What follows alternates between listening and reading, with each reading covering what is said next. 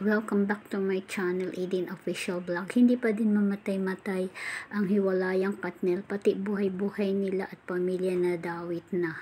Ayan, like, comment, share, subscribe, bell the notification. Disclaimer, ang mga larawang ito ay di pag-aari ng uploader. Ito ay kinukuha para sa karagdagang kaalaman at impormasyon. Credit to the rightful owner.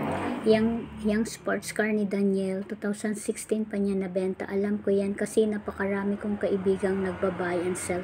As a car enthusiast, myself nasa isang circle lang yan. Kung makagawa kayo ng issue na ibinenta dahil naghihirap and all, 2015 model yan at 2016 na benta. Sa kabilang banda, nilinaw din ng Star Magic. According to Star Magic, Daniel Padilla is scheduled to sign his network contract renewal next month. This contrary to rumors circulating that the actor alleged leaving the Star Magic is looking for a new talent agency, and the Star Magic alleged not renewing him as their talent.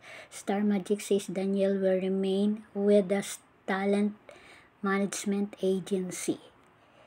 ABS-CBN News. Sa kabilang banda, komento ng mga netizen, napanood ko po ng halos buo ang vlog kung saan ibinenta ang sport car. Matagal na itong nabenta. Hindi pa hiwalay ang Katnel. Second owner na po yung nagbenta. Bali, third owner na po ngayon ang nakabili. Ayan, kayang-kaya yan. Yang mga problema ni Daniel, lumaki sa hirap yan, sa Tacloban at sadyang mabait na bata yan. Ayan, at kung nagustuhan nyo ang aking content, ayan, ang aking vlog ngayon, ayan, paki-subscribe, Eden Vlog Official, at paki-like, share, and comment na din po. Ayan, paki-bell ang notification para ma-notify kayo sa mga susunod ko na upload. See you on my next vlog. God bless us all. At ingat po tayong lahat. Thank you everyone. I love you all. Bye-bye.